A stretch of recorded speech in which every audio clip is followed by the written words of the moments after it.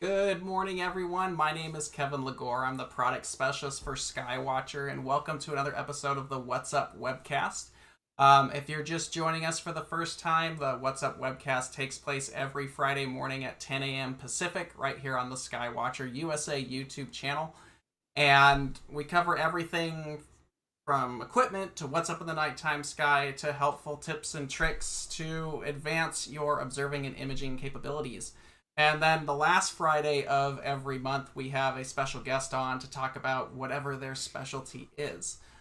So again, if you're new here, welcome. If you're coming back again, welcome back, and we're happy to have you on. Today we've got two friends of ours. We have Steve Koenig and Scott Tucker from Starizona. Many of you are probably familiar with them as far as like the Hyperstar.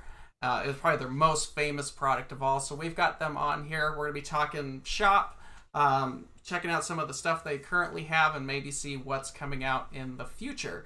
So without further ado, I'm going to shrink my head here up into the corner, and I'm going to pop them up here. So, hey guys, how you doing this morning? It's good to have you on. Hey man. Yeah, thanks for having us. Well, thanks for taking. I know everybody in the telescope industry right now is just swamped with everything. So thanks for taking the time out of your morning to show us what you guys have. Otherwise, so yeah, man, thanks. So for those of you who might not be familiar with these two gentlemen, maybe you've talked to them on the phone, haven't seen them in person. Steve is on the left, Scott is on the right. And at the end of the webcast, about the last 10 to 15 minutes, depending on how busy we are today and how much time this takes up, we'll do a live Q&A at the end of it. So save your questions for them at the end, and we will get to it. So, Steve and Scott, I normally like to start off the webcast the same thing with everybody else is, how did you guys get started in astronomy? I think it kind of brings it back to how we all got started in this hobby of ours. Yeah, sure. I'll start because I want to. So my first experience with telescopes was when I was about 7. I remember coming out for Christmas and there was a Meade 10-inch on an equatorial mount sitting in our living room. I was hoping for a bike. I had no idea what it was and I was shocked. I was like, what is this thing? I look over and my mom comes out and she looks at it and she's like, what is this thing? And then my dad comes out and he's like, look, everyone, what Santa brought us. And that was my first experience with the telescope. And then that was kind of steamrolled my dad's obsession, getting AP refractors, obsession Dobbs. And so I grew up around it. And then working at Starizona at a young age, assembling them, helping people understand stuff. But for me personally, where I got very passionate about it was, I think going to college and taking some courses around history, like 1700s period, learning about, old astronomers and what they learned with just observation got me really excited. And then I also, at the same time, was getting into photography. And the first time I put a Canon on the back of a C11, I took a picture of the Orion Nebula. And the first time you see like the trapezium just like get little shoots of green and red, it was like a 20-second photo. It was a terrible photo, but your excitement of feeling like you kind of discovered it yourself for the first time, I think that's when I got pretty hooked right at that point. Yeah. I grew up in Michigan, which is not the astronomy capital of the world. And, but I remember just, I've always been an absolute science nerd. And I remember having just this little red Tasco reflector telescope out in the backyard in the snow, the rare times it was clear, just looking at, I didn't even know what to look at. I don't think Saturn and Arcturus would set in the west over our house and it would twinkle like crazy. And now I'd be like, the seeing is terrible. This is awful. But when you're like 10, it's a cool thing. And ended up moving to Arizona for college for astronomy and just have sort of been obsessed with it ever since. I started getting into photography and I've taken the pictures and, I always want to know more about how things work and things like that. So, I just started learning about designing telescopes, making telescopes, and everything. And it's just, the obsession has sort of snowballed from there. Addiction, generally the Addiction. next terminology beyond that. But so Steve, you brought up an interesting topic of it real quick. And for those who don't know, Steve, your dad owns Starizona. Like, he created it. My daddy. So, and that's Dean. For those of you who've not met Dean, he's the man. Yeah. So obviously you told the story of when the telescope first appeared in the household. At what point after that did it start where it's like, I want to have a store? Because that's a big jump. Yeah, no, absolutely. That was, we were living in California at the time when my dad first got into astronomy. And when I was about 12, so that was like 7 when we got that first telescope. When I was about 12 is when we moved to Tucson, Arizona to start a telescope store. And it wasn't, focused on manufacturing or anything like that. It was just a passion for it and wanted to be in one of the best locations, just the consistency of weather and dry here make it really good. And so, he packed up the family, moved us out here, and he got a job. He had a business out in California. He had a pool supply company he owned, sold that, came out here, and then he was working full time, as actually a maintenance person somewhere. And nights and weekends, as soon as he got off work, he'd drive to the store he opened, and at nights would do, viewings and stuff. And he did that for years, just worked his butt off till it really started taking off. And he was like the only employee. And then he got so big that my mom became an employee, and then Scott was the first employee. And and I moved to Arizona in 97 and remember I actually went to the Amateur Astronomy Club meeting, and I won a door prize from Starizona. It was a CD-ROM of space shuttle pictures, because it was 1997 and there were CD-ROMs and space shuttles. Yeah. And so I went, I figured, okay, I'll check out this store. And I had, at the time, my telescope was just a little Meade ETX 90, non-computerized little telescope.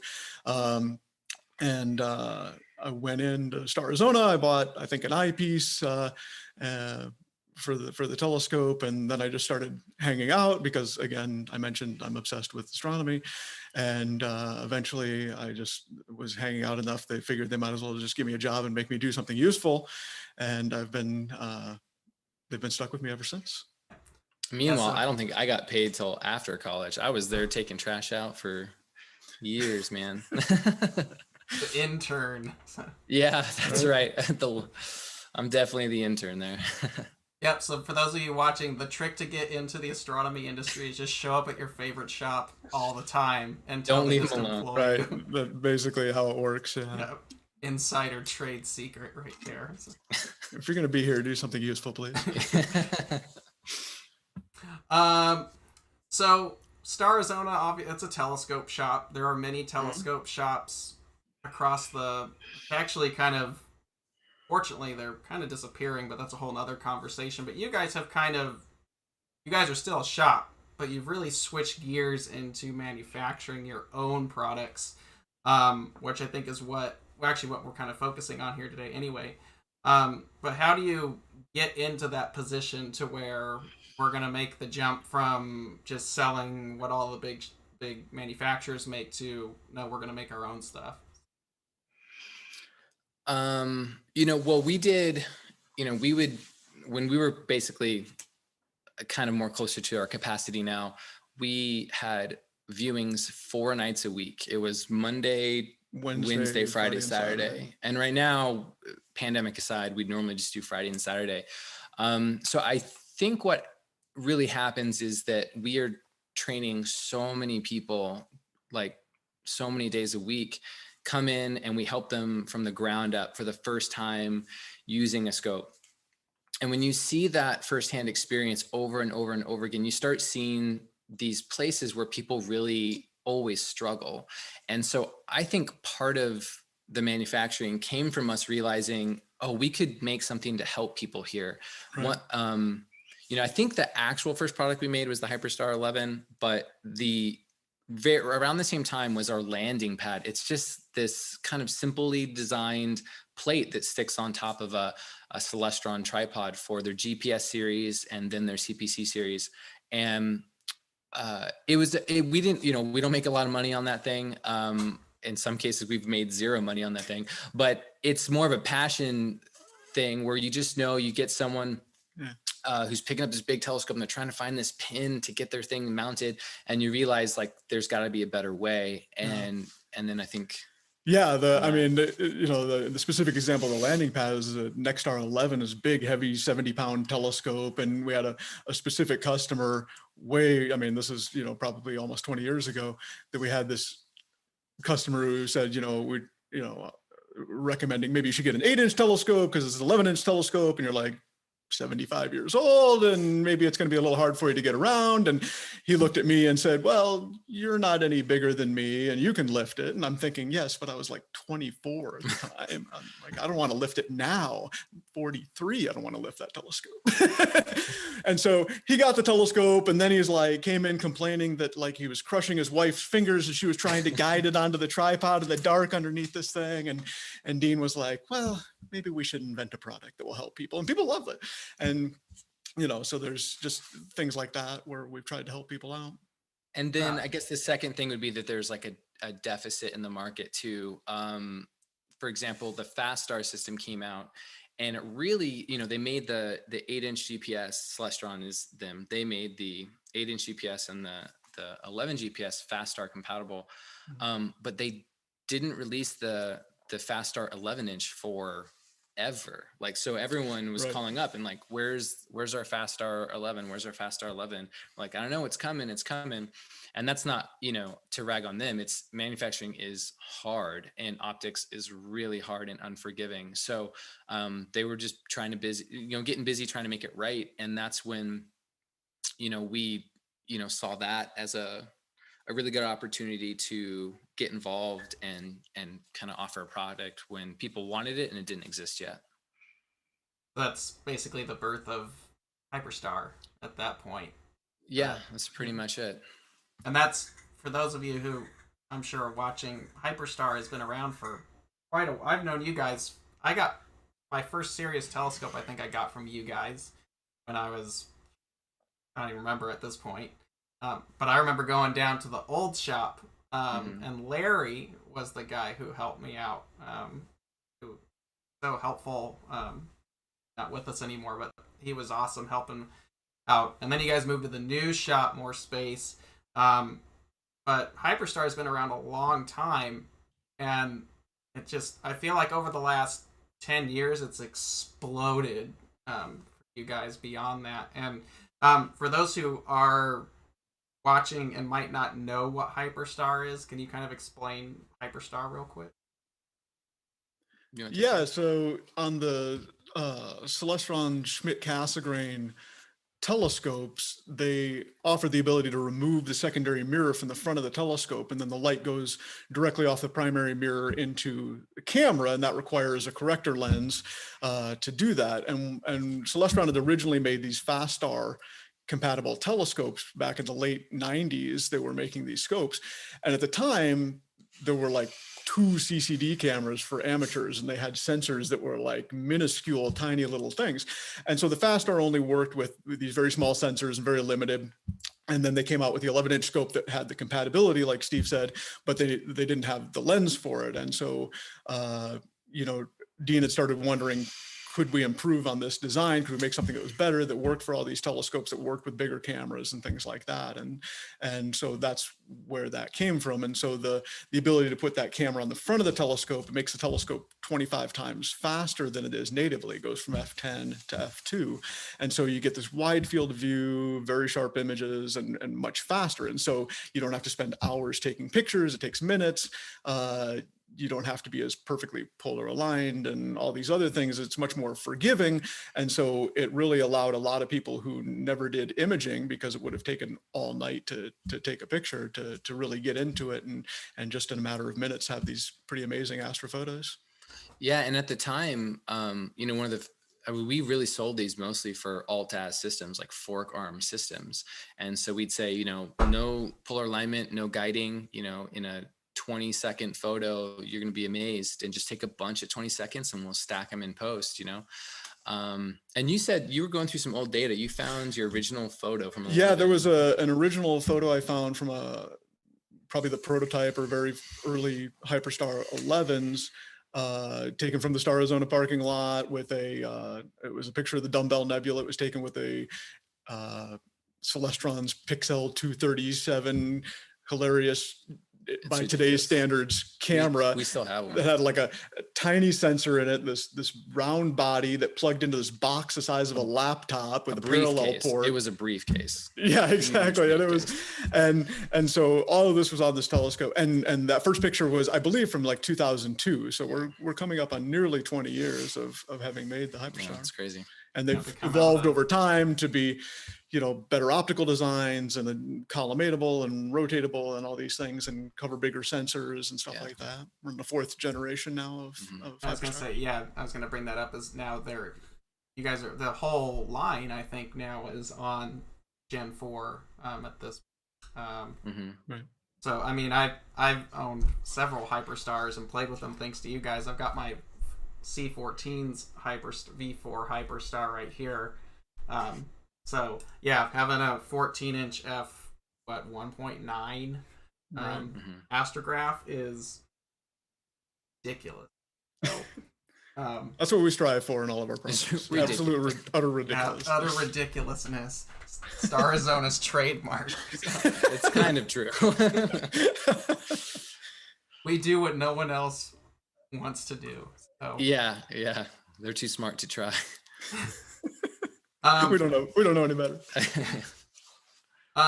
So that's cool. So you've got the Hyperstars, and they work on which models for those who aren't watching? So the Celestron 6, 8, 9 1/4, 11, and 14. If you bought a brand new scope today, it will absolutely work on any of those.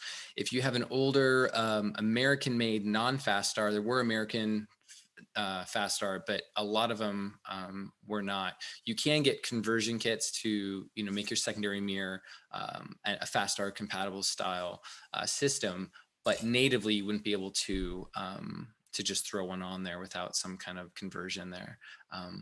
But pretty much everything made in the last certainly 10 years is at least compatible for sure. Yeah, I had to convert my 14.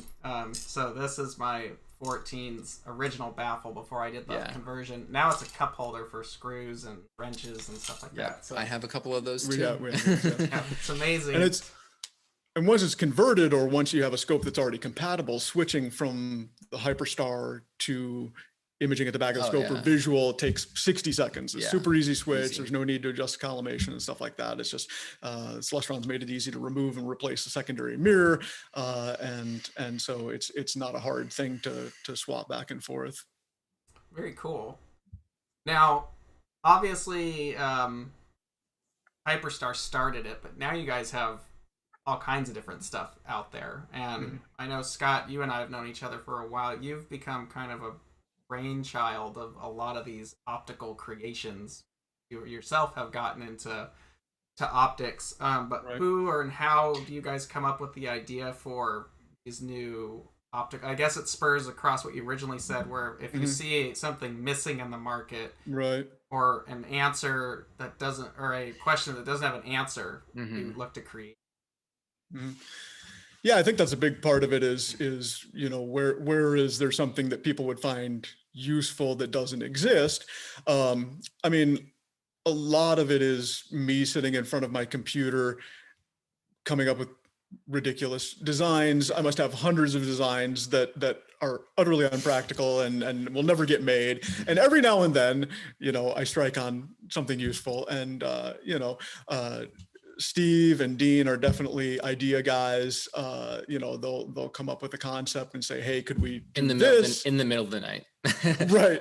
And I'm laying in bed. I'm like, Scott, oh my God. What if we did this? And Yeah. I usually say something like, no, that's probably not doable. And then usually an hour later, I'm like, okay, I figured out how to do it. Yeah. A lot of pestering, like, hey, Scott, when you have time, I have an idea. Yeah, it's like, this is going to sound stupid, but what if? I should just make a shirt that says, hey, Scott, ... Yeah. Uh-huh.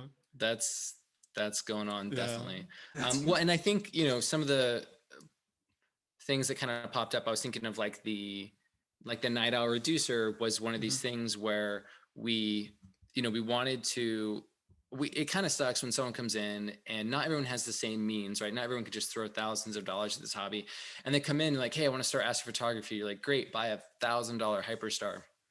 And like, we understand that that's not inexpensive. And for someone coming from cameras, like $1,000 for a lens, like that makes sense, especially if it's 8-inch f2, but, if you're just coming into it, so we wanted to make something that was really just more affordable, and live stacking has really picked up, huge communities doing EAA. And so that was one of these ones where, we just grabbed every reducer in the market and played with them and found their shortcomings. And we're like, what is the fastest we can make an SCT?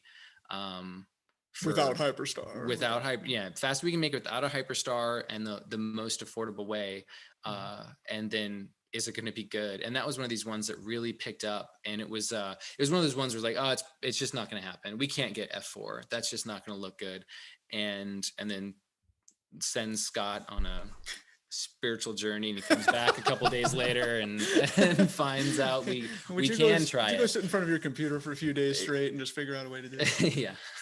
Comes back into the shop after like 4 days in the desert with a shirt wrapped around his neck. And Right. Yeah, exactly. I've done it. So it should be obvious from this lighting and my lack of hair that spending 4 days out in the desert would be a terrible idea. Terrible idea. That's what we call our moon tan. So yeah, that is exactly right. I can't even go out when the moon is full.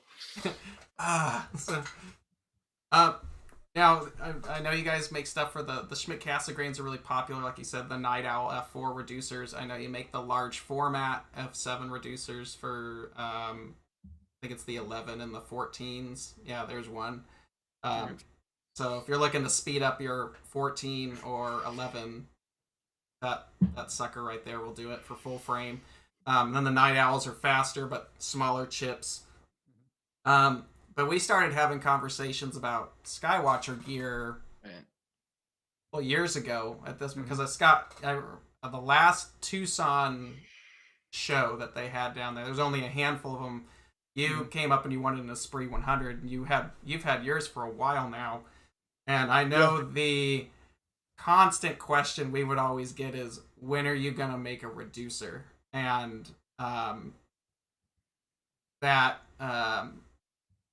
spurred the conversation for probably your next thing that's popped up recently, which is the Apex ED reducers, which work on a large, and that was in the works for a long time for these. But can you tell everybody about the Apex? It's kind of your new hot optical creation, it seems like. Yeah. I am the proud owner of an Esprit 100, and again, because of the obsession, an Esprit 150, and I'm probably, a good target for when you make an Esprit 200. You can take all of my money. And the reducer would seem, for refractors, the Apex is a faster reducer than most that are out there. Most are 0.85, 0.75, things like that. The Apex is a 0.65 reducer. So it makes the Esprit 100 an f3.6 system, which is an incredibly fast refractor. The Esprit 120 and 150 become f4.2. Again, very fast for a refractor. And so that was something that was in development for a while. It was one of those things that I wanted, just for my own use, and became a pretty popular product. Yeah, and I remember that one too. Was I remember coming to Scott in like a a few day period with a lot of ideas, and the night owl being one of them. And then I was like, Scott, what's the fastest, like, not is it a good idea, but what's the fastest we could get a refractor? And he's like, it's funny you ask that. It just happened. It just so happens I've been working. Well, let me look through the hundreds of ridiculous things I've made. Yeah. Find one that might be practical. And so yeah, and that was kind of a long journey too, like you said. But it's been well received, and we're really proud of it. Yeah, so. And it works on a lot of different telescopes, but the Esprits were definitely the inspiration for it. And it's kind of unique. You brought up in conversation, not here, but the Apex, because of how corrections work between a refractor, it also works on other optics too, doesn't it? It does. It works on RC telescopes, Ritchie Chrétien's, because it's they have, like, an apo refractor has field curvature and off-axis astigmatism, which happens to be exactly the same aberrations that an RC has. And so it also works on that, and it works on the Meade ACF telescopes, which optically are very similar to an RC in terms of the aberrations. Yeah. And you make two of them. There's the S for short, and then there's the L for long. So if someone was looking to get one, they would just have to go off of the focal lengths you have listed. Yeah, so if the focal length's longer than 500 millimeters, basically the L works. So it works on most of the telescopes, but on a short refractors, the small 60, 70, 80 millimeter refractors that are under 500 millimeters focal length, we make the short version that's better optimized to match that. Because with the reducer, you can compensate for some focal length change by changing the back focus, and so you'll see that the Apex has a specific back focus recommended, determined by the focal length of your telescope. But once you get under that 500 millimeters, you can't quite compensate and have it be good. So there's a different optical design for the short one that optimizes that. There's a real quick comment here. Here's the thing I don't get. You buy a scope and then you put a reducer on it, so then it's not as powerful. That's not necessarily correct. I don't know if you guys want to elaborate. I can answer things on that. Well, I mean, a really good example, I talked to so many people who are like, should I get the 100? Should I get the 120? Well, if you buy the 120 in this reducer, you have both, right? You have those two focal lengths now. So if you go large and you still want to get that wide field in there, then you're going to be pretty good. And I know the next comment is be like, oh, well, then your arc second per pixel is not great. Well, what you're going for is wide field, and wide field can never really have, like, you know, it's generally, if you put a camera lens on a camera and take a huge wide field pixel, your arc second per pixel is going to be a little wonky, but at the end of the day, you're gonna be like, is that a pretty photo or not? And it generally will be. Yeah. Now, if you have a high enough focal length, then you can still get away with one camera having really good pixel pairing and stuff like that. So, and it depends on what you're trying to take a picture of. A lot of these deep sky objects are actually really big, and so you want a wide field of view. You actually want a less powerful telescope in terms of power, meaning magnification. Correct. You want a wider field of view, and so if you're shooting for something where you want very high resolution, some small object like the Ring Nebula or a small galaxy, then yes, this is not an appropriate system for that. But if you want to shoot, the Horsehead Nebula, the Orion Nebula, the Rosette, the Andromeda Galaxy, the Pleiades, these are all really big objects that don't fit in a lot of telescopes because they're so big.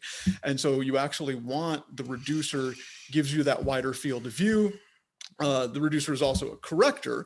Refractors need a corrector of some kind to give a flat field of view. And so the reducer gives you that correction and gives you the wider field of view, and potentially gives you the option, like Steve said, of using a flattener at a longer focal length, the reducer at a wider focal length, and having a variety of things that you can do with one telescope. Yeah. And it also makes it faster. That's the key for deep sky photography, is you want a faster optical system. F7 is pretty slow, right, and F4 is much faster, and F3.6 is really fast. And so you're getting this wide field of view and shorter exposure times. Mm-hmm. Yeah, and I know we have a lot of people coming in from the photography world, so it kind of comes into where you got a camera bag at home. You don't just have one lens. You've got, your 2470 for like the wide angle stuff, and then maybe you have your 7200 for the telephoto things. You're never going to have one lens that does everything, and it's the same thing with telescopes. You have to approach it like a camera lens. So hey, my object is X degrees wide, it's not going to fit. I need either a wider telescope, or you could, if you have a reducer, rather than going and dumping a bunch of money on a whole big telescope, which you're more than we are more than happy to assist with. You could get a reducer, and you could make your longer focal length shorter, therefore giving you a much more eclectic reach of capabilities with your. And that's kind of the cool thing about the Hyperstar is if you have like a C11, you can shoot at f10 at 2800 millimeters. You can put f7 reducer on there, speed it up more, or you can go Hyperstar and get your wide field all in one scope rather than you having to have a refractor and then this and all this other stuff. So. Exactly. It's a way to do a lot with one telescope and not have to have, as many telescopes as I have sitting around. Yes. Anybody who's in the professional world, like, we need more telescopes. No more. So there's only so many racks that fit in the garage. So, or for Scott's sake, floor space. So, and I know my mirror is taking up your kitchen. So it's. Yes, it is. Let's see. So another thing that you guys have been a fan of, which kind of surprised me at first, but you guys really like our little Evo Guide 50. And I know you guys created this little thing, the Evo FF, the field flattener for that. So I know you guys have had fun with that, and you kind of just did that on a whim all of a sudden. But Scott's been messing. Both of you have been messing with that one. So. Yeah, first of all, it's the most adorable thing ever, and it's a 50 millimeter refractor. Basically, it's designed nominally as a guide scope, but it's got ED glass in it, and so a natural question is, can I take a picture with this thing? And like most refractors, it needs a corrector, a field flattener of some kind. And so we designed one for that, and we have a new version that's coming out here pretty shortly, and it's like what you just showed. This is it. It'll cover an APS-sized sensor. It can work with DSLRs. Now the new version has enough back focus, so it just looks like this little bitty 1.25" nose piece on the camera, but there's actually glass in there. And that can just go in there. The focuser on the Evo Guide 50 is actually a really nice helical focuser, very smooth, very precise. And so this makes, again, low power telescope, but something that can get you big field of view, and also something that doesn't weigh anything. So you can carry it around. You can put it on a little mount like the Star Adventurer, or something like that, and take it out with you somewhere where you couldn't take, an Esprit 150 or a C11 or something big like that. Yeah, I'm like Scott said, it was like, well, and going back to one of our other comments is that you guys kind of took a long time to make a flattener for this thing. We didn't even know there was one ever coming. And so we saw a deficit and we're like, hey, this is a cool thing. Let's take a picture with it. So that's, again, the necessity there was what kind of got us interested. And we liked it. That helical focuser, if you actually adjust that thing, it's like butter. It just feels really good. And it's still a small scope for guiding, but it's pretty well corrected just as is for a small sensor for guiding. So it works great for guiding. It's not very heavy. And something that's great about it is like now, with our new version, you can put like a little filter wheel and a camera on there and go crazy if you really wanted to. So I've spaced out, but you guys have sent me some pictures on this. So this is do any Evo. This is an Evo. Get this. There we go. Right. Okay. This is an Evo FF shot. I don't know how well it's. There we go. Sometimes it takes a little bit. I don't. Looks like this was taken with a 294. Yeah, I know you've been using that. One of you guys have been using it, but that's what an Evo FF with the flattener basically does. And I know it's only a JPEG, but stars are pretty darn good with that, and it's just a tiny little scope, so. And it weighs nothing. Yeah, it's an inexpensive thing. It would be a good way to get into something. It's similar, the focal length is 250 millimeters. Is similar to a telephoto lens. But if you've ever tried to take an astrophoto with a telephoto lens and focus it, it's a pain because they're designed to focus over a huge range and to focus motor, to autofocus very quickly. So if you so much as just touch, the focus ring on a telephoto lens, you've gone way past focus. So it's an adventure to do it. And so this is like having a telephoto lens, in Mhm. terms of the field of view, but with much easier focus and something you can also use as a guide scope and stuff like that. Yeah, and something to kind of compare it to is the Red Cat. You know, the Red Cats are super popular, and those are great scopes. Have nothing against them at all.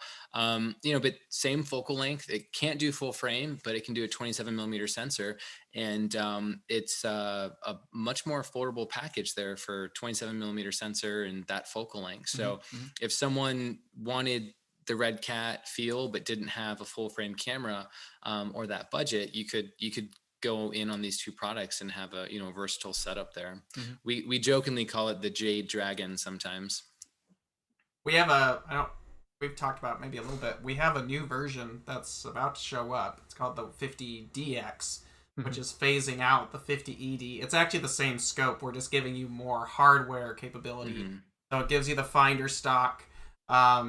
It gives you a V-style mounting plate, which will make it more versatile for this type of work. So those are showing up literally any time. We're working on getting those on the website here. But someone a real quick question regarding this. One of you would probably know that. Is the Skywatcher or the 50ED going to generate a sharper image than, say, a Sigma 150 to 600 on a DSLR? I mean, I don't know the specifics of that lens, but my guess is it would, because a camera lens is always a compromise. It has to be designed to focus close, to focus far. In the case of a zoom, it has to work well at 150 and 600, whereas a telescope is designed specifically to focus at infinity on the stars to look good. You know, you don't have to worry about bokeh and things like out of focus highlights and stuff like you do in a camera lens. So a camera lens is, even a very good camera lens is not always as good as a telescope. Even a much more expensive lens, even a prime lens that's much more expensive, may not be as good because it's designed for other things, and it's not necessarily going to be perfect for astronomy because it has to be a 300 millimeter 2.8 $6,000 Canon lens is actually decent, but not great for astrophotography because it's designed to take pictures of tennis players and I mean it's just not what it was made for. Whereas something like this, even though it's relatively inexpensive, because it's designed specifically for that purpose, it actually can perform better than a telephoto lens, and probably definitely better than a zoom lens that's so much of a compromise. Yeah, and generally when you go into a telescope, they're just easier to focus. They're easier to get like an autofocuser attached to them. And then another thing too is if you have your iris and your camera is going to produce these kind of starburst, and if you want that, that's great. If you don't want that, you can't really get rid of it because of that. So now I know we're getting to the last 20 minutes here, and it flies by real quick. So I want to leave room for some Q&A too, because you guys' answers are really thorough, which is nice. I know a lot of people are appreciating the really grounded information you're providing here today, but I know you guys have some new stuff in the works. I know of one, which hopefully we'll be talking about here in a second, but what do you guys see happening with where you guys are navigating in the future? We'll do a quick one real fast here, which we've kind of talked about. We said all the Hyperstars are now V4. Well, technically, there's one exception. which we're about to remedy. The 6. So now we have a new Hyperstar 6. This is my telescope, Rosie. This is my 6-inch. She's had some work done. Be kind to her. But anyways, here's our new 6 Hyperstar V4 here. I don't know if you can see how much light is coming in there. A huge difference from our last, the predecessor. It used to have a 16 millimeter image circle, and now we've bumped that up to a cool 27 millimeters. Full APS so format. The field of view is gigantic. It's outrageous. I think I might have sent you. I do have a one of our Hyperstar pictures. So it's an f2 200 millimeter. That's with a ZWO 2600. It looks like so. So it's an APS size sensor. I mean, that field of view is gigantic. You're getting that at f2, which is super fast, 300 millimeter focal length, and it's just it's a nice portable little scope, and to get that kind of field of view is impressive. And when do you think the new? That's always the question, right? Right now is when do you think some of that's going to be available? I mean, you guys can pre-order, I guess now. Yeah, we're going to open that up real soon here, but it's going to be for sure April, maybe sooner, but April's what we're going to be telling people. Safe bet. Mm-hmm. Yep. So basically, it's a 150 millimeter f. It's a 200. It's a 150 millimeter aperture, 300 millimeter focal length, f2. Yep. F2. Yep. Oh. Yeah. If you're looking for small, fast, and compact, done deal. So, we've got some stuff that will pair well with that. Can't tell you guys yet. So, we'll talk about that later. So there you go. That's the new V4 C6 Hyperstar. I might have to dig up a C6 corpse laying around in the office somewhere and trade something in. That's pretty cool.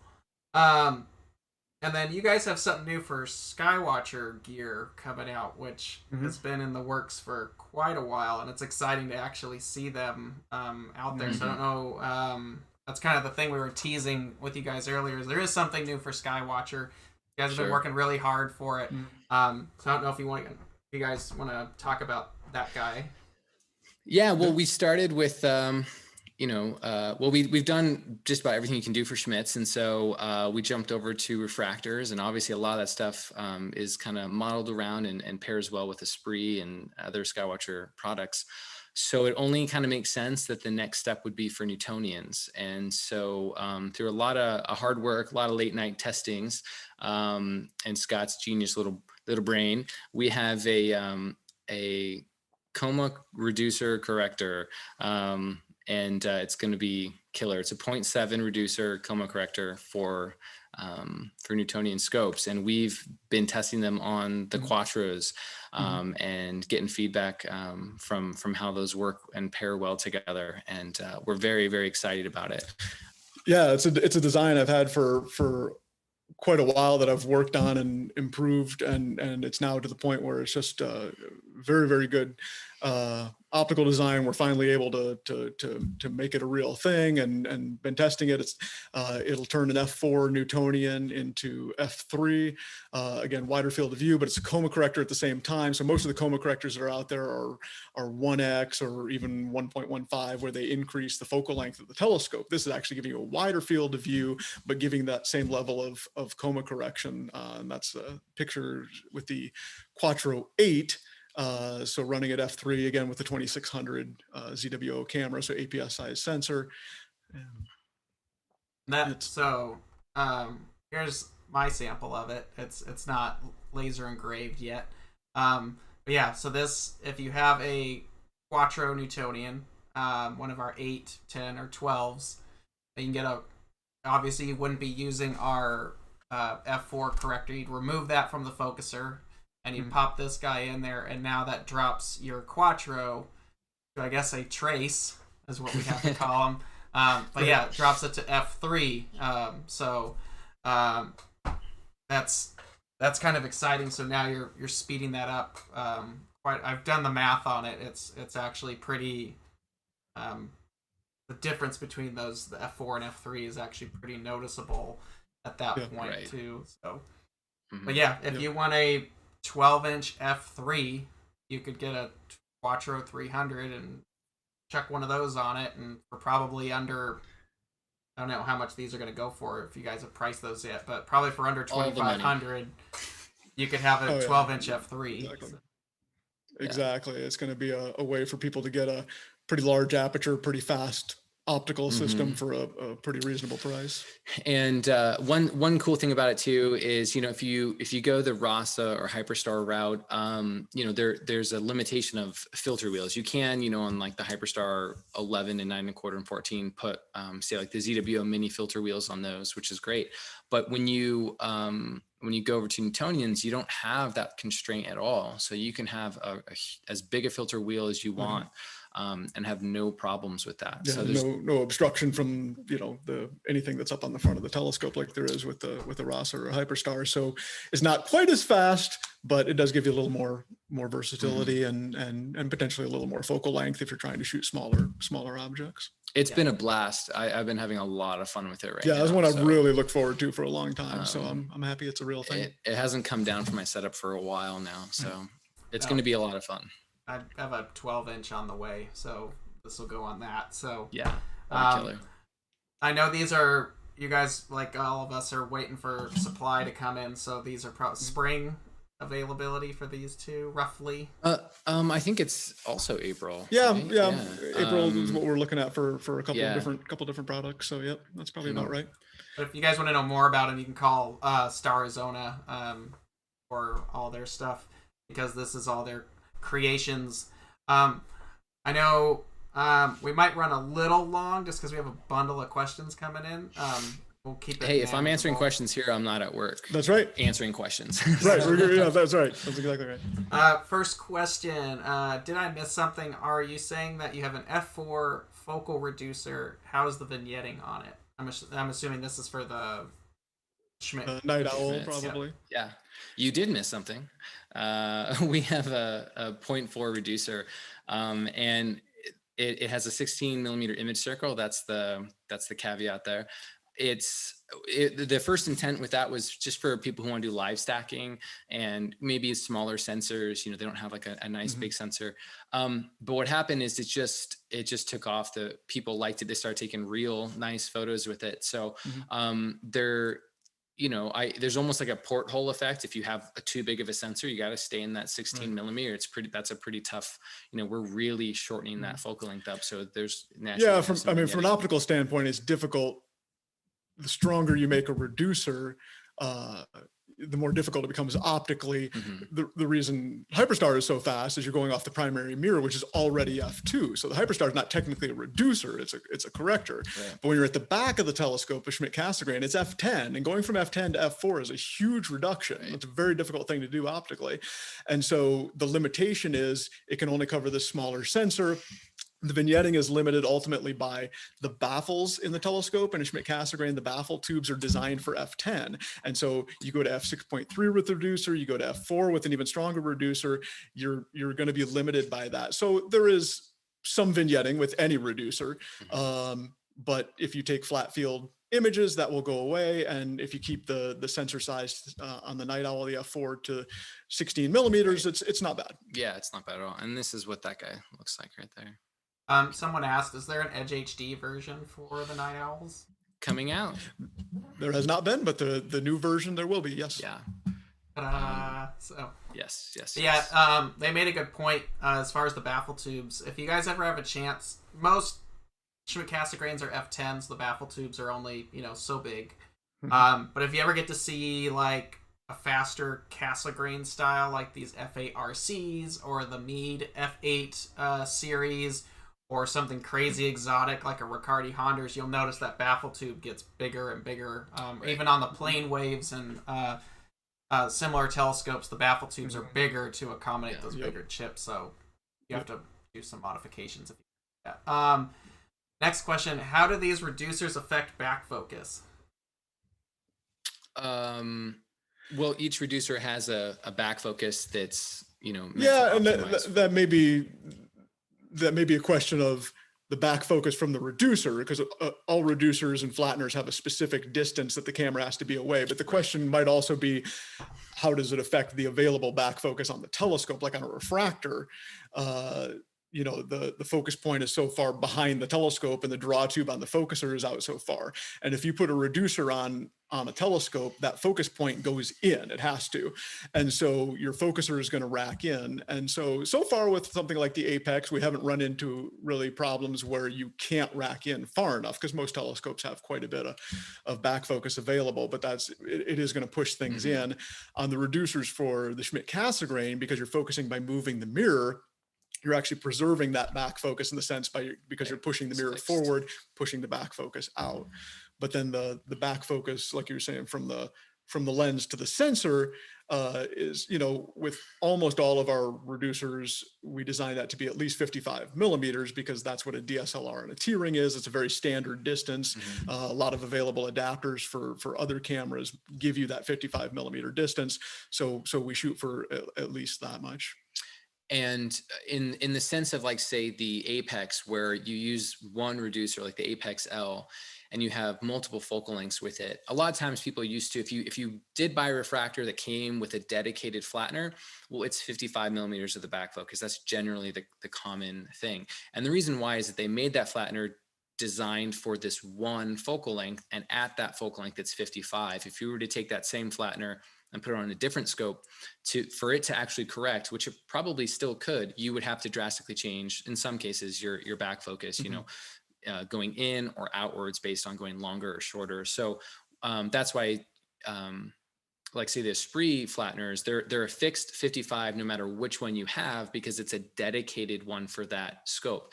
You could take that off and put it on some other scope and it would still work, but the back focus wouldn't be 55. And that's why, like, if you go to our website and look at the Apex reducers, we have a chart there based on what focal length you have and what back focus you'd need to achieve the proper correction. Very cool. Next question regarding the Apexes. Do you need any special adapters for correct back spacing for the Apex with the Esprit 100 or 120? Which one would be your ideal scope? Both. Kevin insists that you have both telescopes. Yeah. First rule of government spending. I have two. They have two at twice the price. They make them. If there was one that was right, they'd only make one. Yeah, I know. That's the thing. Getting the back focus depends on the camera that you've got and the telescope that it's going on the Apex, on the Esprit 120 and the 150. We actually run into the opposite problem, what we just talked about, of the focuser going in. The focuser actually has to come out farther because it's already so long on those telescopes. With the Apex, we make an extension that lets you extend the focuser out and have a solid attachment for that. The advantage of something like the longer focal length telescope like the 120 is you have the option with the included flattener of the longer focal length, and you have the wide field of the Apex.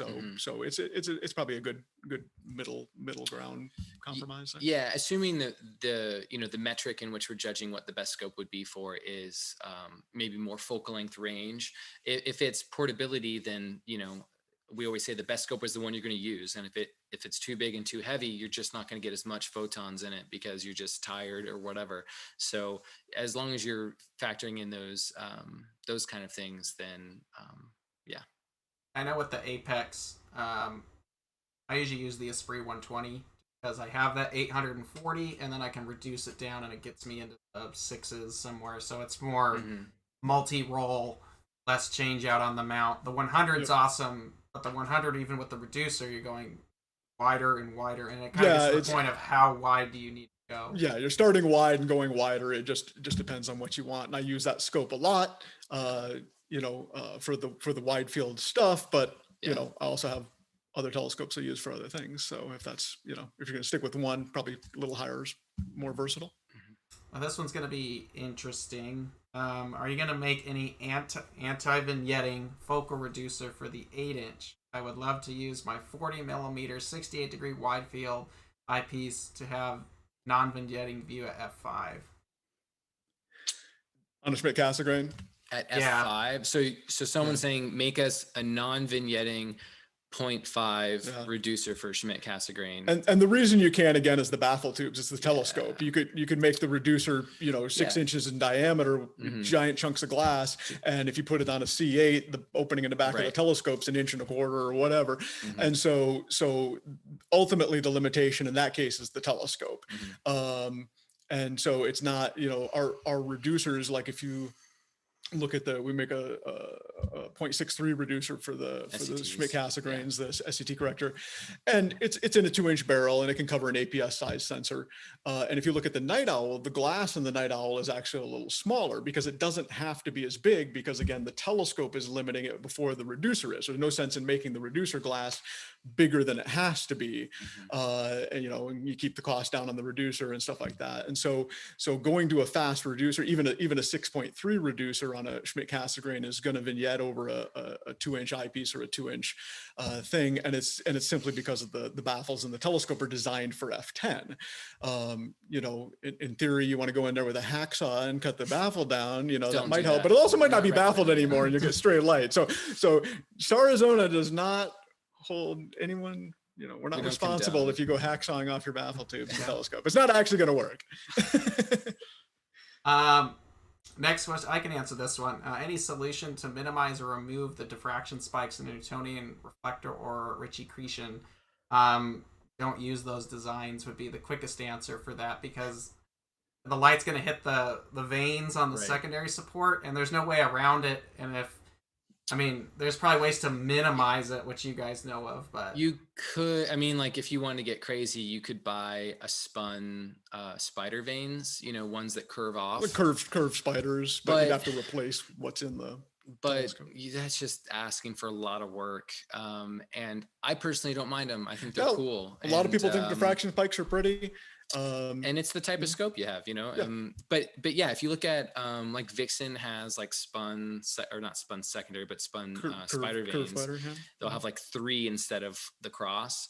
And so if it curves out at that like half circle 180-degree kind of curve, it'll disappear. But I don't know if that's worth that. If you really hate diffraction spikes, maybe that's just not the right scope. That's then maybe a refractor or something is a better idea. Yeah, so there's not really a good way around that one without some heavy modification or custom design of the scope from the beginning. Right. Yeah, so just get it in a Spree 150. Done. All problems can be solved with a really expensive telescope. I know we didn't talk focusers. Someone's bringing up a focuser real quick. Any cheaper options for automatic focusers? Yeah, I think everyone knows what's out there, right? There's a wave of a lot of really nice red products. The EAF from ZWO is a really nice one. And we do make it depends on what they're trying to get attached to, but you can put it on a Schmidt now with certain brackets. We might have something that is an accessory for that down the road coming out. And we do currently make a bracket for that focuser for the Esprit telescopes. If you want to put that on the Esprits, that's an inexpensive way to get an autofocuser on those telescopes. Yeah, it's all metal aluminum machines that we make, so that would be. You can stop emailing us on how to mount your EAF, because you can start emailing Starizona. Starizona makes an adapter plate, which I found out after the fact. I now have one. Just buy their plate and you're done. Yep. When will the Night Owl for the Edge HDs be available? I'm assuming that's. So we have spent so much time and money on this product. This is like a real kind of a passion thing for me personally, and I don't want to give someone something that's not perfect. The last version we had, a lot of people would have been happy with it, and we just weren't. We were just too picky, and it broke my heart, because when you make this glass, we spend a lot of money. You have to make molds. We have to polish this to a certain figure, and then you test it based on our ZMAX designs. And in the real world, there might be something that ZMAX can't quite account for, just something we're not aware of. And when you're like, it's just not as good as we know it can be or it should be. Right. So we've had prototypes that we've tested, and we're just trying to perfect the design and make sure it's right, because we'd rather do something right and have people happy with it, and have people, upset in the meantime that they can't have it yet. But when you get it, it's going to be awesome. So the thing is, we're on our last version of our prototypes for the Edge HD models. It's looking really, really good. So we have one last test to do just to kind of be 100% certain for ourselves. And then we're just going to be making as much as we can, as fast as we can, because it's definitely highly sought after, and it's going to be a cool product. We're not going to jack the price up. So we're going to try and still keep it a more affordable thing for people.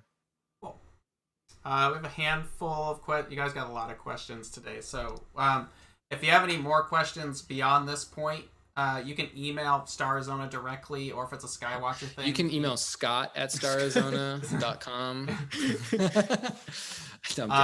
So yeah, reach out to them if you have any questions beyond this point, because we've still got a bunch I have to clear through. If it's anything on Skywatcher, you just email us or contact us directly. This is an interesting one. What about the coma corrector? So the new coma corrector, could you use that on one of the older Schmidt-Newtonians from me? Unfortunately, you cannot, because a Schmidt-Newtonian or a Maksutov-Newtonian has less coma, about half as much coma as a regular Newtonian, which is a potential benefit of that design. The disadvantage of that design is no one makes a reducer for it or a corrector for it. And so you're better off than a regular Newtonian to begin with. But unfortunately, any coma corrector for a Newtonian would overcorrect the coma on a Schmidt-Newtonian or a Maksutov-Newtonian. And you'd basically end up where you were, but with stars pointing in the opposite direction. It's kind of like if someone's more familiar with refractors, like a Petzval design, that is basically like a Red Cat or Takahashi. These already have flattening elements in the system, so you don't put reducer or just not reducers, but correctors on those, because there's nothing to correct. So we don't want to put a flattener on a flat field. It's going to mess us up. And likewise, the Schmidt-Newtonians are trying their best to give you the flattest field without any third accessories. So I'm sure one could be designed, but you're talking about for that scope. Exactly. It's a cool scope. I think it's cool. Like that, the 10-inch F4, like if you had that back in the day, that was a great setup, and it's still a good find. A lot of people who had those scopes still do. But yeah, it's just when you're making products and you need to sell them, you need to make sure that you have a large enough market to make it there's a million regular Newtonians out there, and our corrector will work from a 6-inch to a 20, 30-inch, whatever you want to put it on. And so that's the advantage of that, is there's just so many of those scopes out there. And we can play more when we're not constrained by someone else's correction too. This is another one on the Apex. After putting an Apex for my Esprit 100 and the 1600, ZWO 1600, he's getting halos. Is there anything he can do to reduce that? Well, the halos wouldn't be coming from the Apex. I would be curious about what filters they're using, and if they can try to produce the halos with and without the Apex. Just take the variable out of there, just throw it on with the flattener.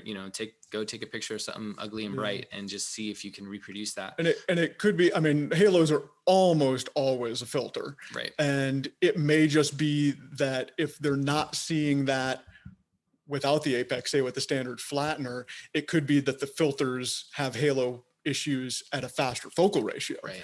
And so they may not be seeing that, but the Apex itself shouldn't be giving that if it's right. And a good test is just, if you have I would say go to your IR filter, or just go to a blank. If you have nothing there, just go straight through, keep it all attached with the Apex. And if it goes away, then we know it's a filter issue. Yeah, but that's the most likely. And if it doesn't, give us a call. Yep. There you go. I have an Explore Scientific ED80. What kind of reducer do I need, or can I buy? And he has a Meade 10-inch f6.3, one of their faster older. Oh, that's fun. The Apex S. Apex S will work on the refractor. Correct. Unfortunately, there isn't anything for the 6.3 Schmidt-Cassegrains. The Schmidt-Cassegrain reducers and correctors that are out there, ours or anybody else's, will not work on that, because the faster scope has more coma and a different field curvature than the F10 ones. And so the reducers that are optimized for that won't work on that. Sure. And then the final one, Is the apex image circle really 30 millimeters and less? It is. It's. I mean, like with any reducer, you'll probably get a little vignetting with that, and you take flats, and that goes away. But the image circle, when people say image circle, what they're talking about is the sharpness, the image quality over that circle. And yes, it will work with that size. You know, bigger than that, you know, no guarantees what's going to happen on the image quality. Sure. And the vignetting does become pretty bad because it's only a 2-inch corrector. But we use the 28 millimeter sensors like the 2600 chips, and works absolutely beautifully. Mm-hmm. Yeah, just from a manufacturer standpoint, more often than not, customers are going to be using an APS-C or smaller sensor. So a lot of things, you get people who are frustrated because there isn't a full frame option. There's not as many full frame shooters out there as you might think. And developing supporting optics, especially reducers that can handle that big of a corrected field, is difficult. Right. We just came out with full frame reducers for the 120 and the 150 Esprits, but they're not as fast as the Apex. They will never be as fast as the Apex. So that's the trade-off. I can either make it faster with a smaller circle, or I can make it wider with a slower F ratio. And the other limitation is any full frame reducer has to be bigger than 2 inches to cover that size sensor. And so the Apex is a 2-inch reducer. It fits on any telescope with a 2-inch refractor, which basically every refractor you can image with has at least a 2-inch. Even the small ones have a 2-inch focuser. If we had something that covered a full frame, it'd probably have to be a 3-inch reducer, and then you're limited. Sure, the Esprits can take it, but then, you know, the Explorer Scientifics can, and these other refractors can't take those reducers. So that was part of the thing with the Apex was keep it at the APS size sensor, make it work on all kinds of stuff. Well, cool. Well, Steve and Scott, I really appreciate you guys taking the time this morning. For everybody who's watching, really appreciate you spending your morning with us. Sure. If you have any questions on Starizona and their products, give them a holler, either phone or email. Also, be patient. Everyone's really busy right now, so if you don't get in touch with anybody, someone will get back to you. Just be patient. That's for anybody in the telescope industry. Exactly. Right now. We've all been crazy. It's crazy. And then, of course, if you have any questions on Skywatcher, you can call us or contact us directly. If you like our webcast and what we're doing here, go ahead and subscribe to our channel. I know that's super YouTube of us, but that's how it works. So thank you very much. Next week, we are doing our What's Up in February night skies. Hopefully everyone's has a good weekend. Steve and Scott, thank you very much. Clear skies to everybody. And we will catch you guys next week. So take care, everyone.